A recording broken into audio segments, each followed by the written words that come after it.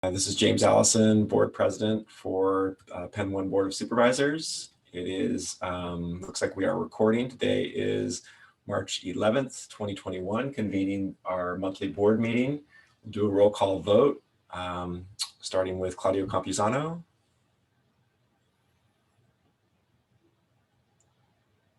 Claudio, you're muted. I was unmuted when I said present. Can you hear me all right? Maybe in all this, my ears are going. I did hear you. Thank you, Claudio. All right. Sorry about that. No worries. Annalisa Kohler? Present, and my apologies. I do need to leave at 11 and duck out a little early. No problem. Jeff Noodleman? Hello, present. Great. Thank you, Jeff. All right. We are all here. We're video recording. We're moving on to item number B, public testimony. I don't believe we'll have any today. None today. Okay, and then we'll move on to the environmental briefing. Oh, Carrie, I'll give you some control. Thank you. Finally, I look forward to. I'm glad to be here. It's really nice to be speaking with you, and I've been briefing the other drainage district boards this week as well. I've been at MCDD about 18 months now, and this is, as you probably know, my first full kind of briefing on the environmental program. And I will share my screen real quick here. So you can see a version of a slide I expect you've seen many times before with different words on it. But my hope today is to make sure that you walk away with an understanding of what our environmental program is about and what it is becoming, and also the context that that is in, which is some of the natural resource challenges and opportunities in the slough, and particularly some of the ways that our work intersects with the natural resources in the slough when we interact with it from an administrative and from a physical perspective. And then we'll, at the end, be talking about the staff recommendation to develop a high-level environmental policy that will provide sideboards and guidelines for staff in their decision-making related to the environment and natural resources. So launching right in, why do we have an environmental program? We have an environmental program because it is good business. We move water around, and when you do that, you are inherently doing environmental work.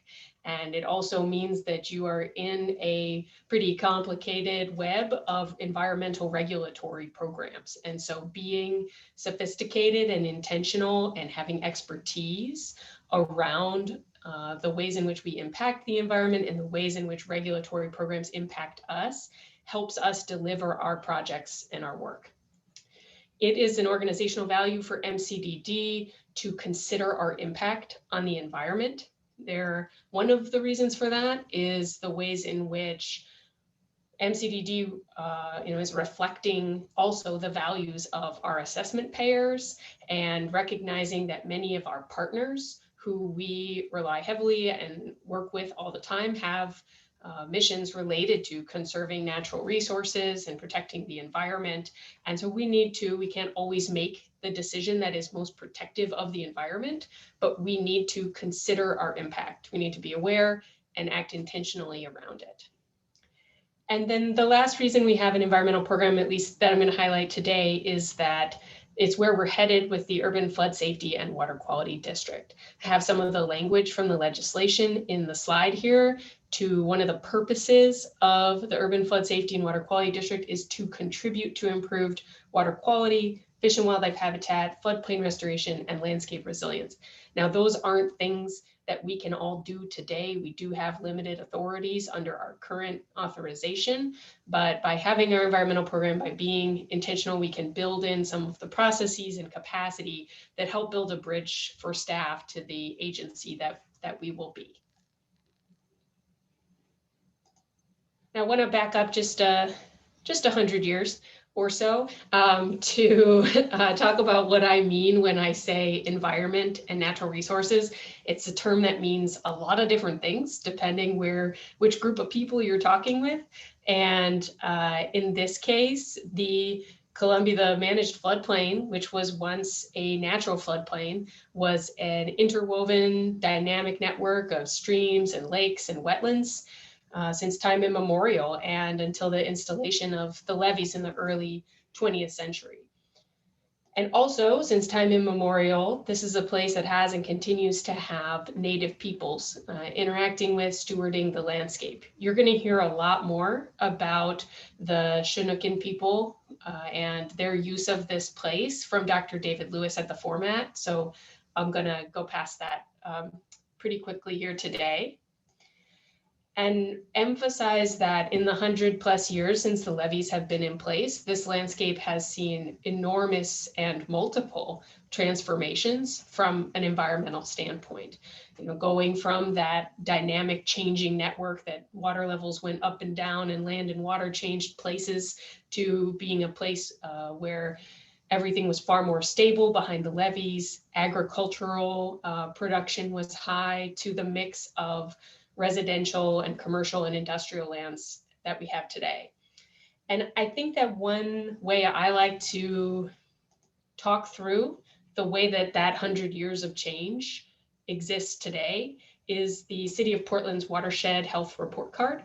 And these are some of the scores on the right-hand side of the slide here from there that I'm going to go through. So the hydrology of the watershed, the C+ shows, right, that we have some pluses and some minuses. The pluses being there is an open stream channel in the slough. That's not true of all urban waterways. Some are entirely in pipes. Others are in concrete lined channels. We have the natural channel of the slough and a portion of the watershed in Penn 1 that is tidally influenced. And then the flip side is that MCDD and SDIC are the flow is heavily managed by the drainage districts, and there is a barrier to the tidal influence from the levees.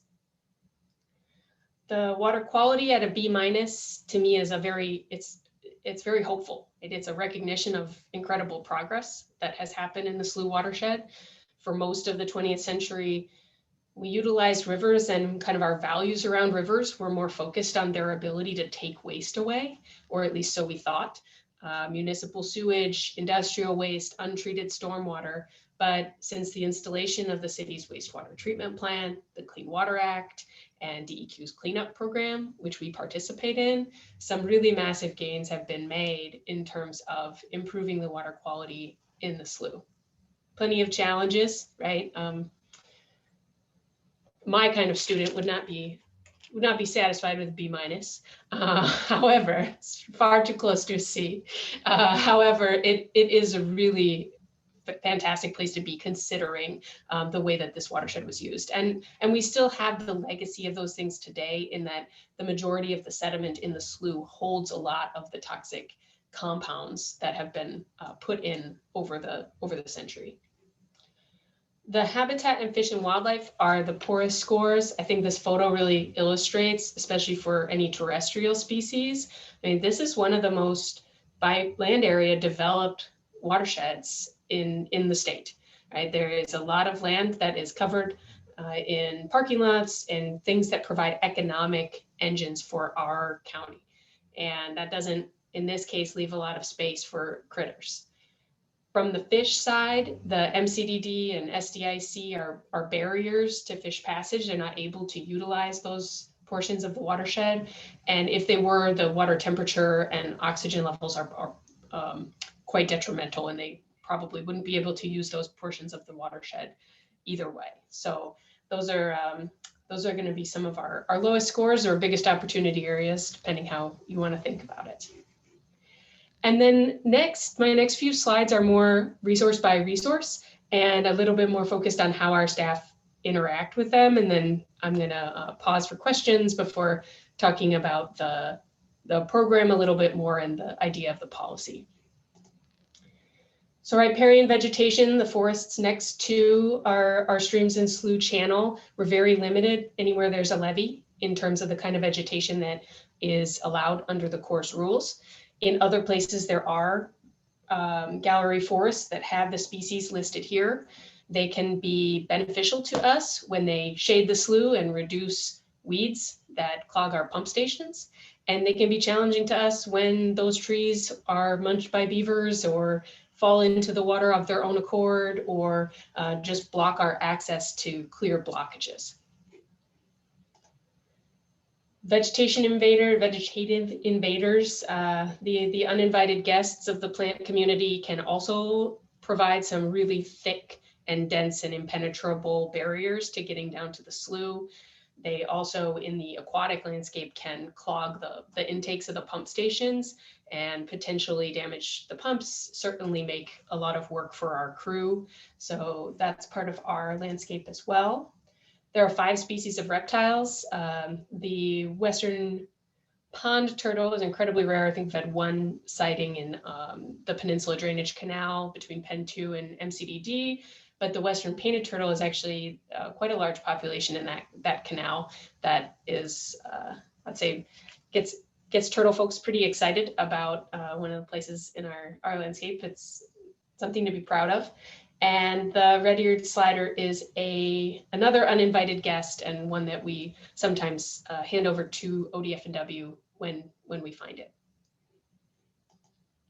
12 species of fish. The most important in terms of our operations are the endangered salmonids, Chinook salmon, because anytime we are doing, for example, in-water work in Pen 1, a lot of the waterways there are considered essential salmonid habitat. So any of our permitting goes through the wildlife agencies, and the same is true on the Columbia River. Furry friends, beaver is the most notorious in terms of what we do here, in that it loves to stop water. I say we have different management objectives from beavers, and so we need to find ways that we can accommodate what they want to do and what we want to do and live together. Which I think, as I'll highlight later, we are really doing a lot towards. We don't do anything with bats, but they are very cute. And this is always my reminder to thank the Columbia Slough Watershed Council for these slides. Max Samuelson provided them to me. And I think also the bats are something we don't see, but they're probably up there in just about every part of the watershed. All 7 of the species that are in the watershed can be found in Smith and Bybee, just west of Pen 1. And then the last is the birds. The ones I'll highlight for us are the streaked horned lark, MCDD, and the Portland Airfield. They're another endangered species, so working with U.S. Fish and Wildlife Service. In Pen 1, there's a great blue heron rookery in the Heron Lakes golf course, and that is something we've been thinking a lot about in terms of the feasibility study, railroad embankment improvements. How do we work with these breeding grounds that have been there for longer than we have, we think, actually. And then really there's over 200 species of birds that people can see in a given year if they know what they're looking for. And it's a way that a lot of people connect with wildlife and can see it from wherever they are. So to wrap up, I guess I hope what you take away from this portion of the briefing is that the slough is a watershed that has absorbed a lot of impacts and has in some ways been a ground zero of the ways in which people utilize floodplains and the ways in which the different values that we have for this type of place show up. It's also a place with a lot of life and a lot of opportunity. It's nature in the backyard for so many people. And so there really is a lot of opportunity. And I think Pen 1 is one of the places we have some of our big and beautiful green spaces where people from the community are actively using and getting outdoors. The other thing I want to note is that some of our environmental issues are also justice issues, and they disproportionately impact people of color and low-income communities. So where we have lower tree cover, we might have higher hot temperatures that can lead to heat-related illness or hospitalization. And because of those legacy of sediments, people who might be subsidizing their diet with fish from the slough are ingesting and can be accumulating harmful chemicals. Next, I'm going to talk a bit more about the specific program services and the policy, but as a summary of why we have this program and the natural resources that we operate within, I want to pause and see if there's any questions.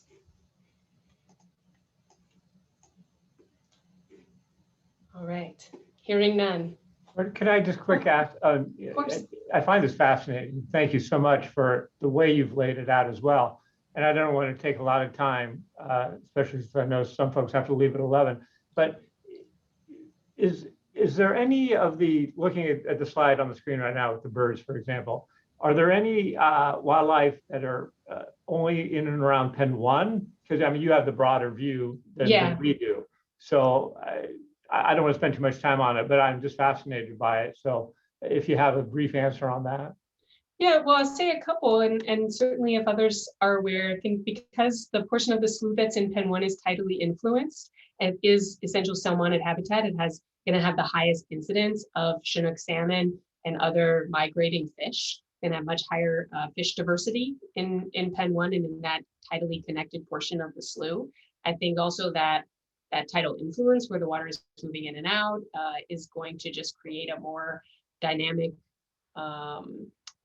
environment for fish and for wildlife utilizing it. When you see the water level go up and down, critters can use it in different ways at different times.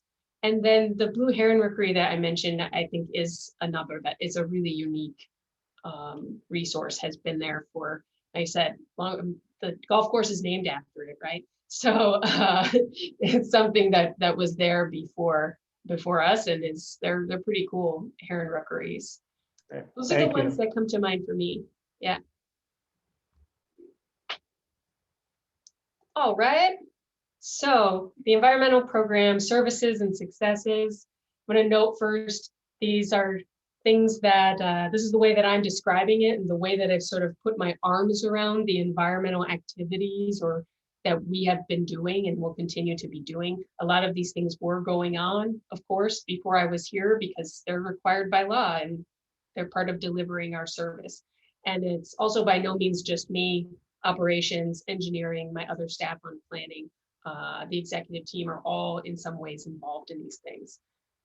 But I'm gonna, I think, instead of listing, you have in your packet these a little bit more described in some examples. So I'm gonna go instead to the successes that hit these same services. Number one on both lists here is permitting. We are legally required to get a whole host of permits when, especially we do work in water, but for most of the work that we do. So one of the things we do is get a programmatic permit from the Department of State Lands and Army Corps of Engineers, so that when we do things like repair part of a bank that's sloughed into the water, we don't have to go through months of permitting for something that's a fairly routine action and that we might predict we need to do and want to do in fairly short order. So that saves us a lot of time and money to have those things covered for all 4 districts all the time for those agencies. It also just gives us a lot of visibility on what's going to be required, because sometimes you enter a permitting process, you don't know on the other side what are the conditions going to be that you're going to need to plan to comply with. And we're continuing to grow the efficiency and effectiveness of that program now that we have more capacity with my staff position. We have beaver and turtle best management practices. So in collaboration with Bureau of Environmental Services, we developed these beaver practices so that we try to live in place with beaver as often as possible and go through a series of steps.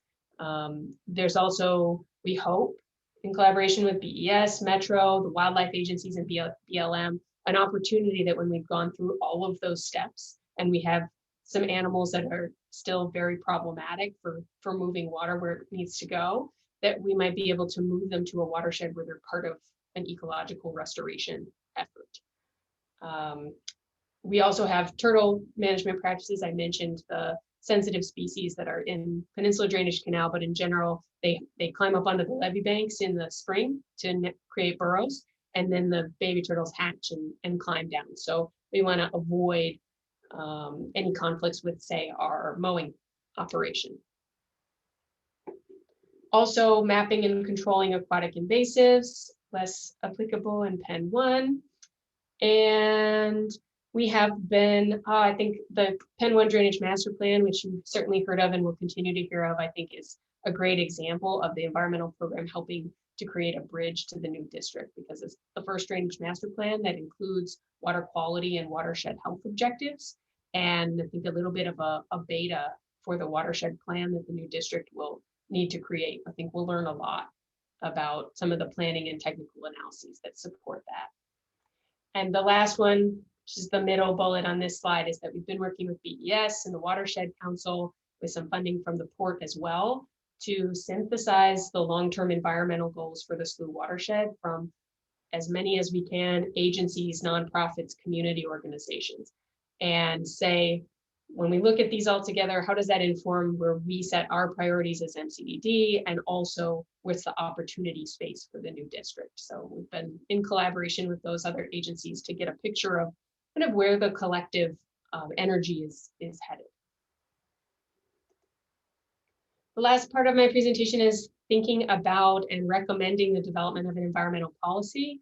So the idea here is to have some high-level sideboards to direct staff and provide them guidelines as they move forward. I'm proposing that we would seek ideally one volunteer from each board if that's possible. I know many of you are on other boards related to this work and have raised your hand for many in an assignment to advise me. And I will also be working with Hong and with staff to bring back a draft policy in about August to the individual board meetings, and then move towards adoption by all 4 boards so that we have consistent guidance for staff when they're regardless of where they're operating.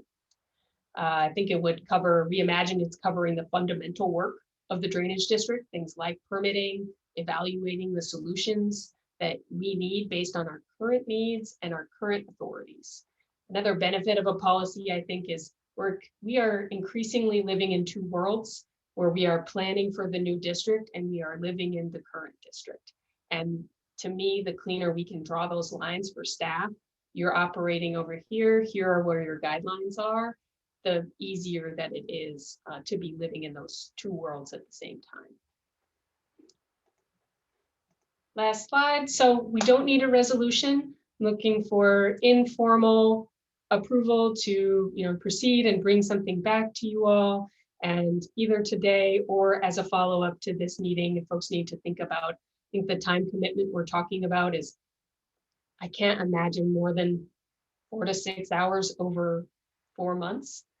Just as strategic as we can be in terms of taking a look at some things, seeing if we're on the right course, to make sure that when we come back to you in August, that it's not the first time anybody's seen this from the boards.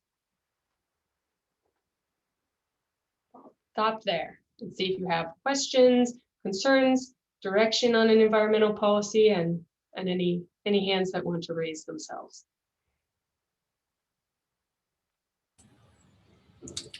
I'll go ahead and jump in. First of all, Carrie, very nice presentation. I appreciate the materials in advance, and I had a few questions and you answered all of them, so that's nice. I guess it's kind of a recommendation and a shout out, and this is maybe more, this is a very general comment. Portland Parks and Recreation has a number of properties within the SLU watershed, and they have ecologists that work on planning of the of land management and activities, for specific services, outcomes, and species. So always just a reminder to, whenever you're connecting with BES and the Watershed Council and others, the Portland Parks and Recreation, their City Nature Division is a great group to connect with. And then I think secondly, at some point, I think I'm very much in support of a policy, and at some point, maybe during the policy development or after the policy, and maybe after that annually, it would be interesting to see kind of maybe a table format, the regulatory, the current regulatory environment, and how that applies to our management activities for managing the district, and how we're kind of satisfying the current regulatory needs. And then anticipatory, if things are going to change under the new district, what additional considerations will we need as far as the regulatory environment. And then lastly, on top of that, I think is what's aspirational, what is maybe not regulatory, but when we think about the great number of partners that you've outlined in your work and your presentation, as well as the historic use of this land, the Native American context, and all of that, it would be interesting to see what's aspirational, because I think there's a lot of opportunity for leverage and leveraging the activities of the district through partnership. And I guess lastly, I'll say that if you are looking for a volunteer from the board, I'm very willing to sit in on meetings and help make the connection between the lands the city manages and what I know of the natural and built infrastructure, and happy to be supportive and help connect again with park staff, for the work that Parks is already doing. I think, for example, I think Heron Lakes was at one time a Audubon certified golf course. I don't know if they still maintain that certification, but I think there's a lot of opportunity to connect with people who are working within the district boundaries that could positively affect land management. Great, thank you so much for all of that. Noted. Got it. Okay. Any other questions or comments? Silence is consent to develop the policy, or I will take it as such. Okay. All right, great. Thank you so much. It's very nice to be able to talk to you all. Great. Thanks again for the inspiring visual images for those of us who are in our attics and basements and offices and whatnot. Okay, moving on in the agenda to item D, assets and liability, pilot deliverable. Bill? Yes, thank you. Good morning, all. I believe I have provided some information to you through meeting materials in advance. So a lot of this information hopefully will look familiar. Certainly will look very familiar to Claudio, who's sat through this version of this previously during our board working group meeting. Let me share my slides with you. And,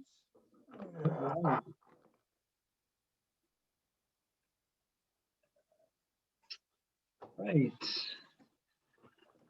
So I'm here to talk about, not surprisingly, assets and liabilities. You've seen my mug here a couple of times recently on the same topic.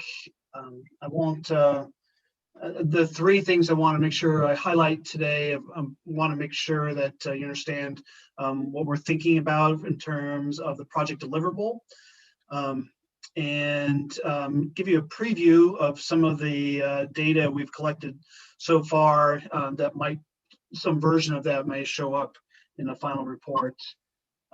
Remember, this project is here to make sure there's an equitable framework to inventory and value your assets, liabilities, and obligations, as well as those from the other drainage districts and corporation. So they can all be transferred over to the new urban district when that time comes during the consolidation and dissolution process. As you remember, there's a smaller group of board members working with staff and our consultants, and Claudio has been very kind to use some of his time to help give us some guidance on what we're grappling with and some information we want to present. Quick check to see where we're at. We've been able to make some progress, and of course we're here in March. We're in the process of evaluating our applying the valuation methods. We are here at individual board meetings to give you an update. What I expect is that board working group will meet probably 2 more times in this spring, with the expectation and hope that you as a full board will be able to see a draft version of the full report during for your May meeting. So you have your next individual meeting will is my goal to submit that draft report. And once trying to collect some initial comments, then get some more comments in the format, and then hopefully a final decision approval from all 4 boards in late June to say this is the type of information we want to transfer over to the new district. Let me walk through what we intend or anticipate would be part of the main body of the report. Of course, there's a normal executive overview. There's a purpose and background section, information you will know and have seen before and treasure. The third type of third section is something I haven't talked about too much in this setting. And that's the concept of what duties do you legally have to run as a drainage district. This is a section that Hong will be writing, and we'll be looking at things such as what duties are found in your ORS statute, what resolutions you passed, and maybe some other legal documents that specify what your duties are as a district. So the new urban districts will understand what those duties are and can continue those forward. The next section talks about definitions and methodologies of how do we evaluate or value, assets and liabilities. We've talked about these topics at our January meeting, so those will look familiar to you. And the next 2 sections will provide kind of the results of those activities. Remember, I had said previously that there's sort of a classical definition of what assets and liabilities are. It'll be linked very closely to our financial records. And so that's what information we'll see in section 5. But we also recognize as a board and as staff that there are many other upcoming capital investments that we are tracking, whether that's through your drainage master plan that's being developed, the feasibility study recommendations, the FEMA accreditation projects, other asset management projected expenses that we anticipate that will be needed over a course of 20+ years. All that type of information will come in this last section under section 6. And like many reports, there'll be a series of appendices that dive deep for those who love numbers. So let's glance just quickly at those latter 2 sections. The assets and liabilities reports will have some version of this slide here. I took the information here verbatim from the 2019 auditor's report, and I expect to do the same for the 2020 auditor's report that will be soon released. So the intent here is to show how each of the districts, what the status of each of the districts are with their assets and liabilities, as broken down as you've seen here. This is, and Claudio knows much more about this than I, but my understanding, this is a fairly typical presentation of information on these topics. There are a couple of things that are kind of set aside. They're different in some districts. For instance, in Penn 2, there's what's called an inventory category. I have a general concept of what an inventory might be, but I'm not sure why it was highlighted in Penn 2, but not the other 3 districts. So I'll work with Janet and our auditors to understand that a little better and potentially draw that into another category. You'll note that MCDD has a lot more, a number of liabilities that are related to staff, whether that includes pensions, vacation payables, things of that nature, which the other 3 districts do not. So we'll highlight those type of differences and other ways that to help folks interpret a table like this in the final report. So finally, let's, I believe this is my last slide. This is a glimpse of what other considerations that we're looking at. Of course, we've been talking about the feasibility study for some time and those and what those projects entail. I'm anticipating we'll split out the 53.7 million over the 4 districts per direction of the LRC group staff. Note that there are also other FEMA levy accreditation projects that the feasibility study does not include. And so those are additional investments that the new urban district will need to pay attention to. Next, we want to identify what capital improvements are needed, both what I'm calling here major and operating capital requirements.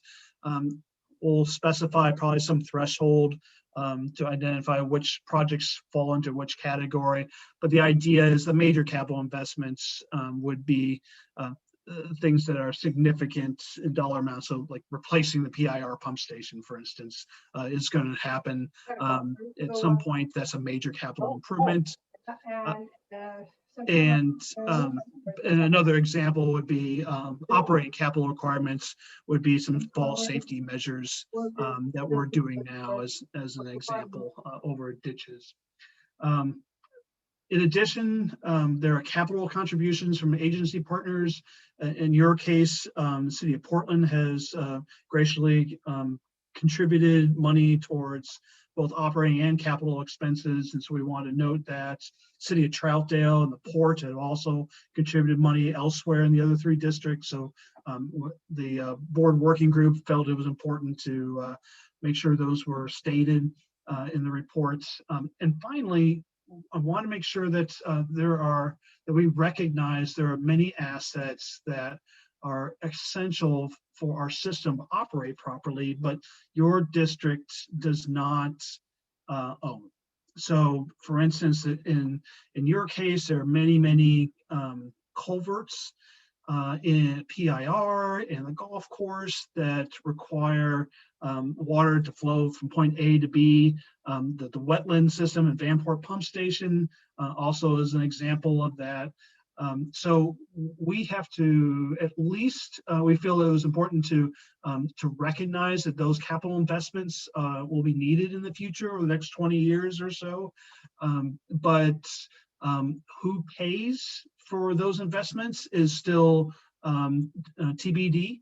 At the very least, if the owner of the asset, you would presume, has some stake in that game and would provide some funding towards that.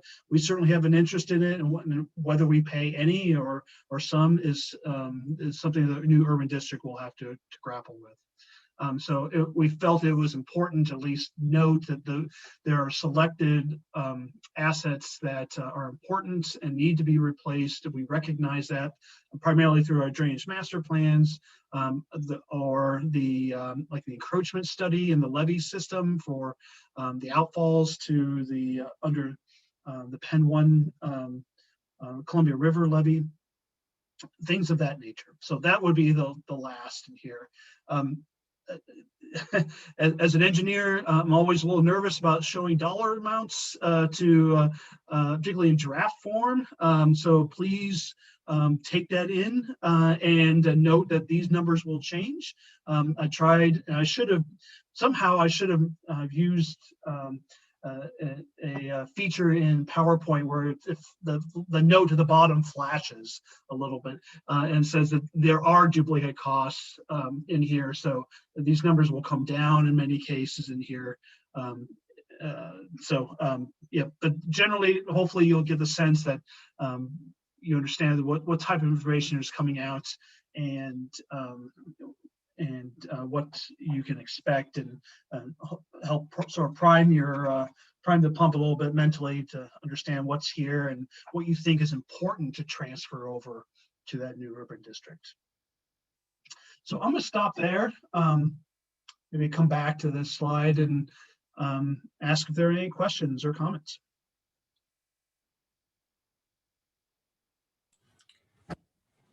I have a question. I'm sorry if I missed this, Bill. What was the 1.3 million in non-depreciable assets? What is that category generally? What is that essentially? 1.3 million. Is this the slide you're referring to? Yes, 1.3 million non-depreciable assets. So these Easements are of examples land. such as land would be an example. Projects in construction would be another one that would be the case. I'm trying to grapple with what that means in Pen 1, but I'm not coming up with the information right now. I know. I mean, the safety projects we've been talking about don't accumulate to 1.3 million. So I have to do a little more research, James, to understand what that is. But your comment is noted that we probably need some background information to understand what each of these numbers mean, and whether that maybe we can put a summary version of that in the same chapter, but maybe more importantly, get the details down in one of the appendices, if that seems reasonable. Great. Thank you, Bill. I just had not a question for Claudio, but I guess maybe it is a question for Claudio. Generally, a very general question, like how's it going? For starters, thank you for your participation on the working group, but how's it going, and anything you want to tell the board? Yeah, no, I think it's going really well. Thanks to Bill for stewarding us through this process. It's been a really good process and a good conversation with our fellow our sister board members, and I think that we've been sort of having a good conversation about what needs to be in, what kind of what kind of information would be useful for the urban to make decisions from. Obviously, this is a tool for the urban ultimately. And so trying to be sort of anticipate those needs, it's been ultimately they're going to have to use this to help to build the new district, and that goes for that goes for rates and consolidating assets and liabilities and ultimately their balance sheet and all their financials. So I hope this is going to be giving them what they need, but I think that it's been a really good process so far, and I think that the other members we've been pretty committed to a collaborative approach. So I think it's headed in the right direction.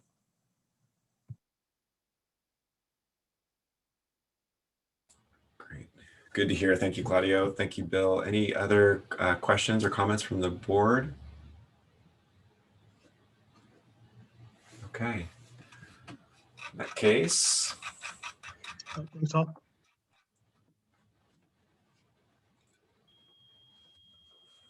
In that case, we're moving on to item E, the boundary update. Kelly?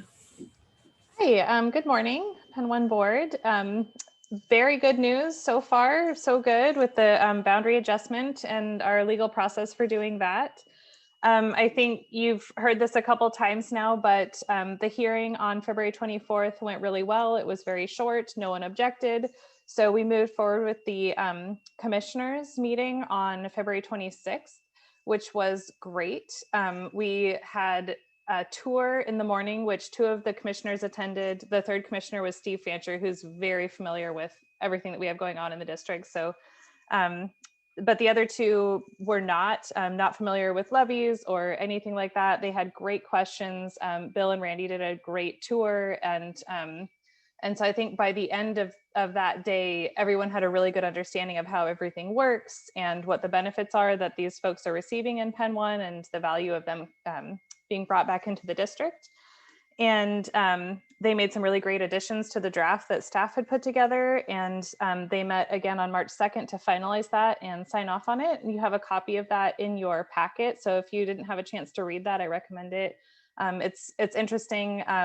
And yeah, like I said, they added some really good thoughts to that report. That report has been recorded with Multnomah County, and we've put notice of its location out for the Fridays starting on March 5th, and then the subsequent 2 Fridays. And then there's 10 days after that in which anybody can protest to the contents of the report and be heard by the judge. If that were to happen, that would bump us off our timeline, but hopefully if anybody had any objections, they would have raised those at the hearing on February 24th. And then the plan is that our attorney for Miller Nash, Cody Elliott, will represent us at ex parte on March 30th and get the order signed in time for Department of Revenue, who is expecting that on March 31st, which is their deadline in order for us to assess those properties for the following fiscal year.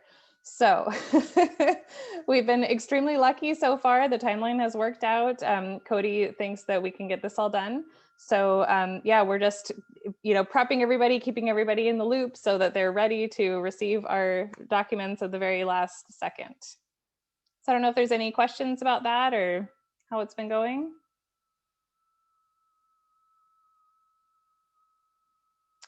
Okay, well, thank you.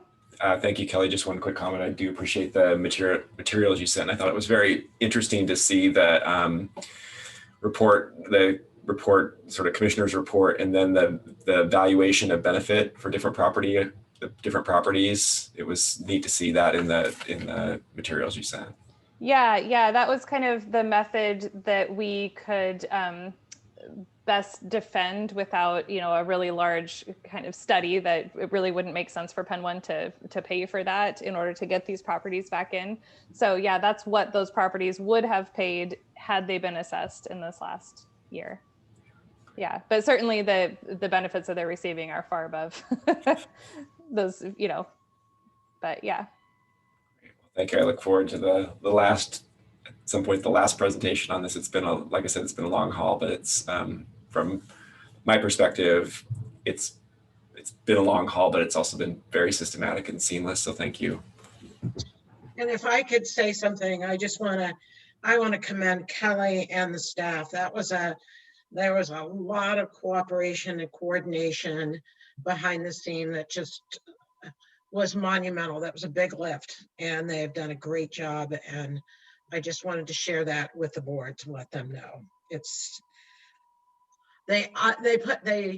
I'm in awe every day of the work that they do. So this was extraordinary, other than above average. Thanks, Peggy. Yeah, really, thank you.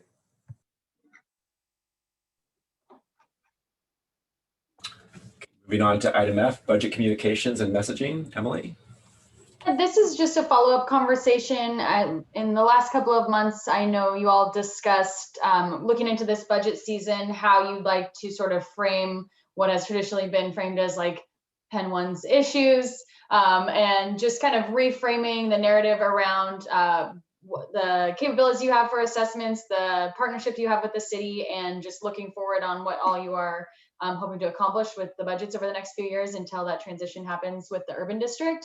And so I just wanted to put some time on the agenda for you all to continue that discussion. I think we'll really start ramping up the budget discussions at the end of this month at the format, and we'll really roll into budget season from there. And so I just wanted to give you all some time to continue that discussion. And I think Peggy had a few kind of facts to bolster, like whatever the narrative that you all want to start with, to discuss kind of how you are looking at budget season this year.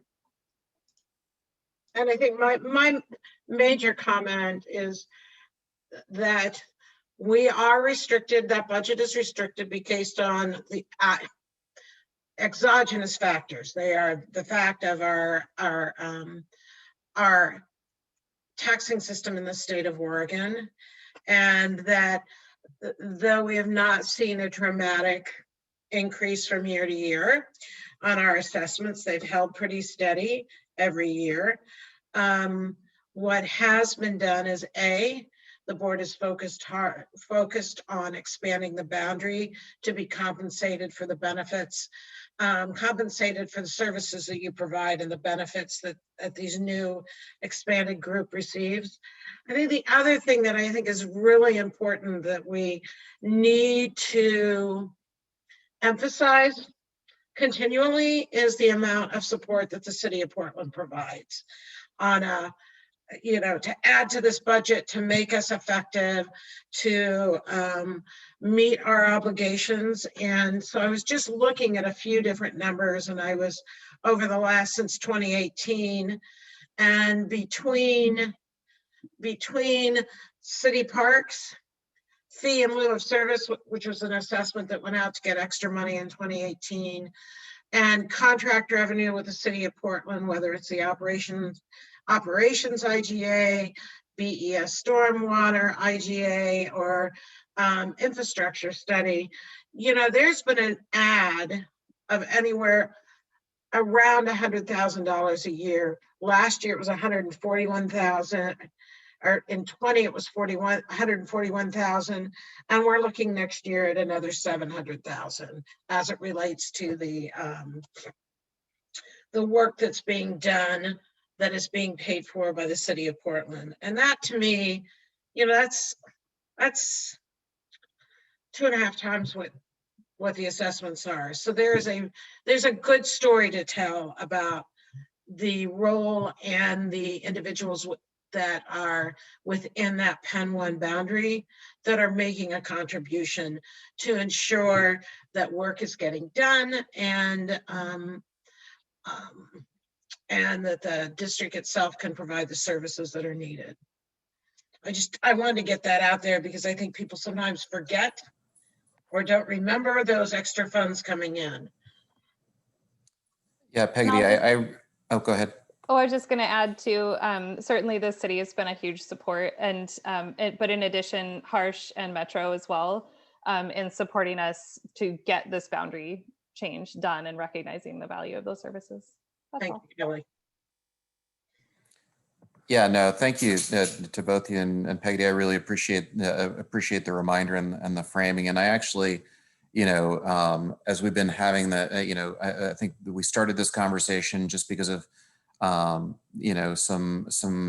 flags that were going up for me as we were going through the assets and liabilities conversation around some really misperception around the state of Penn 1 in terms of its execution of its responsibilities, in terms of its financial capacity, in terms of, well, and not even financial capacity, but fiscal, just solvency, and sort of where we've been, and then I generally, these are complex issues, and I normally wouldn't mind misperceptions sitting out in the world because but given the fact that we all need to come together in a marriage over the next couple of years, those misperceptions can ultimately be really injurious to a good relationship and a good matchmaking. So I really appreciate this sort of reframing. And I think that it would be useful to kind of share it somehow with our drainage district partners. I'd like to use also a frame around service levels and responsibilities. I know that you guys have done an amazing job. MCDD being sort of our contracted sort of service to provide the service of all of the services that a drainage district provides. I think it would be important to acknowledge if there are any deficiencies that that are long term that we're bringing to the urban, or if there are not, I think that the city has done, and it's not just I'm with parks, but obviously it's been a real partnership across the city with BES and just the general fund management in general to support this, to support Penn 1. And I think that's in recognition of the challenges that the Measure 5 and 47 kind of place on the district, right? And sort of the consequences of the city not necessarily, you know, the city's property not necessarily being taxed or not having as big as an assessment as we otherwise would have absent those. Obviously, that's something that like you said, it's an external factor. It's something that all taxing jurisdictions face throughout the state. But I think it would be useful to kind of clarify not just how that gap has been filled, but from a service perspective, like that, you know, if there are things that staff thinks that we're bringing to, are we bringing a sound district into this partnership? And if that's not the case, we would want to understand sort of what those are. And I think that, where those issues are. I think that, that the assets and liabilities conversation has been a really good one. I think ultimately we're going to be bringing, just numbers. I think that the long-term conversation is about service levels and what efforts and assets, and I mean, built physical assets as part of a 20-year plan, what those service levels will be and how they'll be provided. I just think that it would be useful to help clarify, are there gaps that we have right now? And as a board member for the last 2 years, my sense is that while we have some of the same concerns as pretty much every infrastructure bureau around the nation, given concerning our the state of our infrastructure and the need to renew it, we're still providing the service effectively. We're still meeting all our service level goals currently. And we've been doing the things to try and provide that level of service sustainably over time.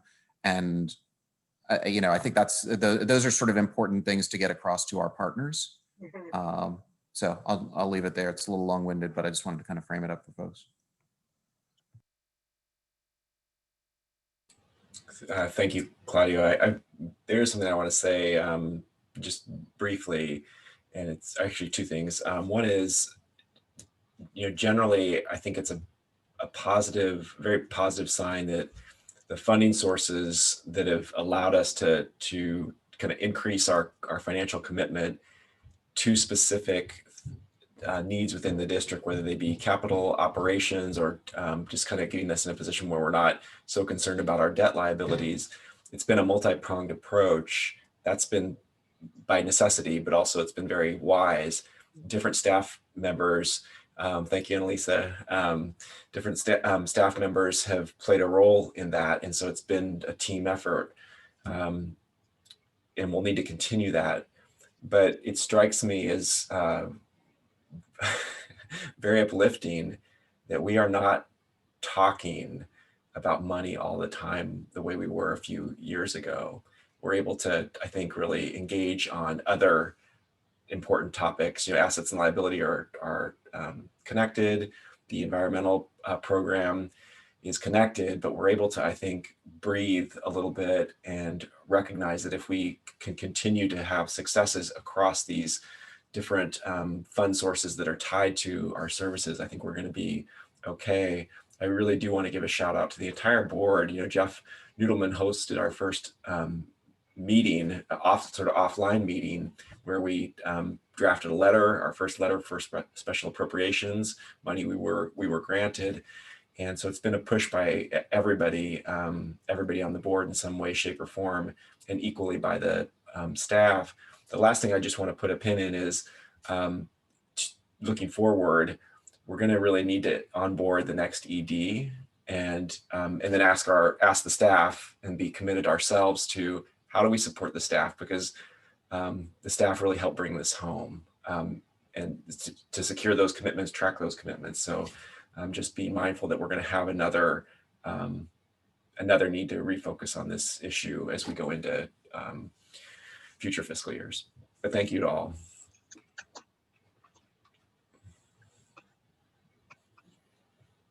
Anything else? Budget communications. And again, Claudio,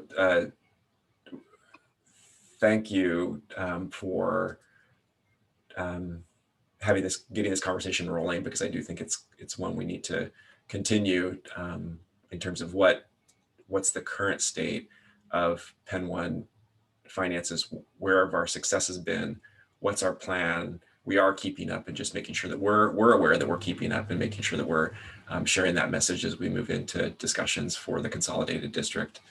Peggy, thanks for kicking off the conversation today. I guess we're ready to move on to item G, new business. Just one quick thing. Thank you, James, for that. I just want to one bit of news. It's not, I shared this with Peggy the other day. It's not in the proposed budget yet, but thank you to the staff for putting together the request this for 21-22 city budget office, which is sort of a gatekeeper on general fund dollars, particularly, did recommend supporting the district for with our request, plus apparently $3,000. Casey can talk to the numbers a little bit. I'm not sure where that came from, but so it's not a done deal yet, and obviously it's going to be a tough fiscal year for the city.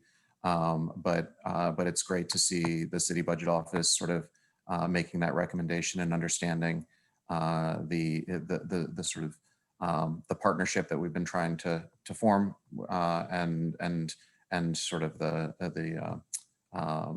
ownership of some of the risks associated with the district and its continued performance fiscally.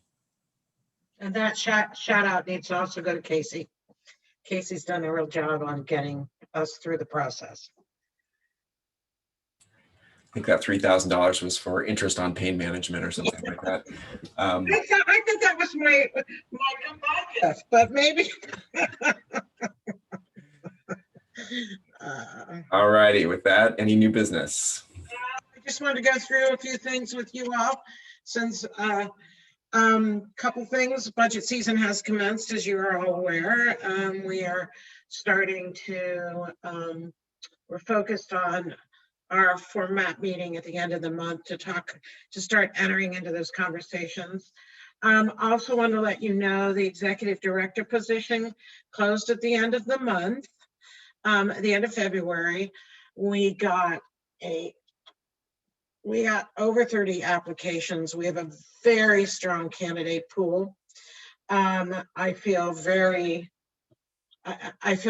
it's bittersweet, right? Yeah, but it's a good, strong pool. And we'll be going through some interview processes the 17th and 18th and narrow it down more specifically by the end of the month. And employees will have a chance to have conversations with the top candidates after the second round of interviews. And so I'm looking forward to it. I think it's a really good candidate pool.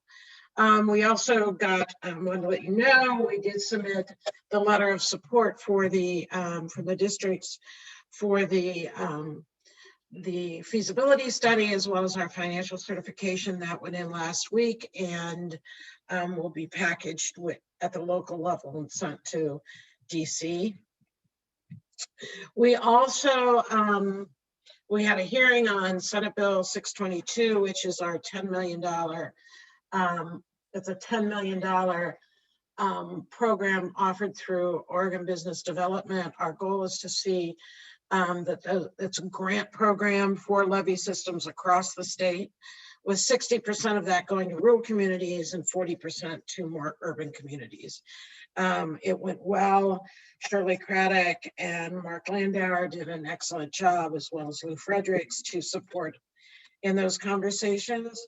We also met with Speaker Kotak last Friday. That was Mike Jordan, myself, Evan, and Mark Landauer, to talk about the $2 million request that we kind of doing a little bit in the undercover, but I think we're going to be more out in the open about it, for the $2 million to support the new urban district over the next biennium.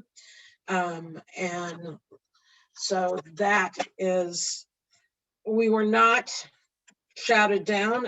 Honestly, the thing that I really felt great about is how she was so impressed with what the staff and the new board has accomplished over the last 10 months.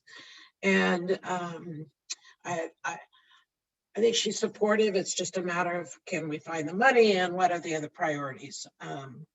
The other thing is we also met with Chris Cummings yesterday, who's the director of Business Oregon, because there is some of the loan money for the new district that we anticipate not being able to spend totally in the 10 months based on a number of circumstances, and whether that would be carried over. I feel confident that that will be carried over for the new district. I won't say 100%, but I feel pretty confident that that money will be available for them. And other thing, I just want to give you some updates on the urban district as well, is they've had a replacement. The representative from the city of Fairview was Mike Weatherby. He's being replaced by Eric Mueller. By the city council made that recommendation. He's been brought on. They also, Mike Weatherby was the vice chair of the board, and now they went ahead and elected a new vice chair, and that is Steve Fancher, who is head of public works at the city of Gresham. So we've got a nice representation on the board. We're going through the budget amendment to take on, that board will also be taking on the 123,000 coming in from the LRC. So there's a little more money coming in. Just going through the process of doing getting financial policies in order and getting ready for the public budget process, which is our first, this last year was our first go round. This year will be a little more complicated. And that we are kicking off the mission, vision, values process with the committees, with a committee, which I think is critical. That's kind of the foundation in which this board can begin to formulate and put guardrails on themselves on what's a priority and what's not. So there we are. Just wanted to make sure you were up to date. Any questions?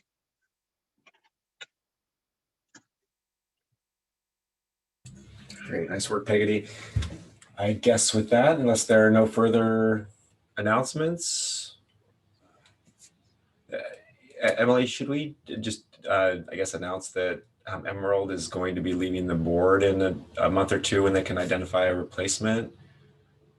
Yeah, sure. And she said she would just work with me to find another port representative, and so we can get that all lined up for her. Great. Just so you know, there's a little bit of programmatic reorganization at the port, and Emerald's going to get pulled into some other priorities. So we will have someone new from the port, but just wanted everyone to know that. And with that, if there's nothing else. Well, I was just going to, well, that's too bad. I really thought she was a great addition. But I've always felt that having anybody from the port is just critical, you know, and James, you well said, you know, you don't always want to be talking about money, but, you know, from the whole standpoint, selfishly of Penn One, you know, we've always said, great, you know, we get it. We know what statutorily we're charged with. And of course we have the new structure, but I'm just saying, if you take a Polaroid snapshot as of this moment in time, you know, it is not just for the property owners here. We take care of, you know, the port, you know, it's a regional, it's not a city, it's not a county, it's a state and regional issue. That's why City of Portland, Metro, State of Oregon should be helping with the costs. And I think the port has always been a great partner and advocate for that kind of rationale. We're not looking for a handout. This is everybody's issue, and we're glad you're part of it. So it just, you know, I hate to see her go, but you know, the port is indeed critical. Thank you for that perspective, Jeff. Just want to recognize that since you have that long-standing perspective, that just commits you to hopefully another three to 5 years on the board. All right, with that, just again, thank you to the board. Thank you to staff. Hope you folks are staying safe out there. Hope you get to enjoy some of this early spring weather, and we will talk to you next time.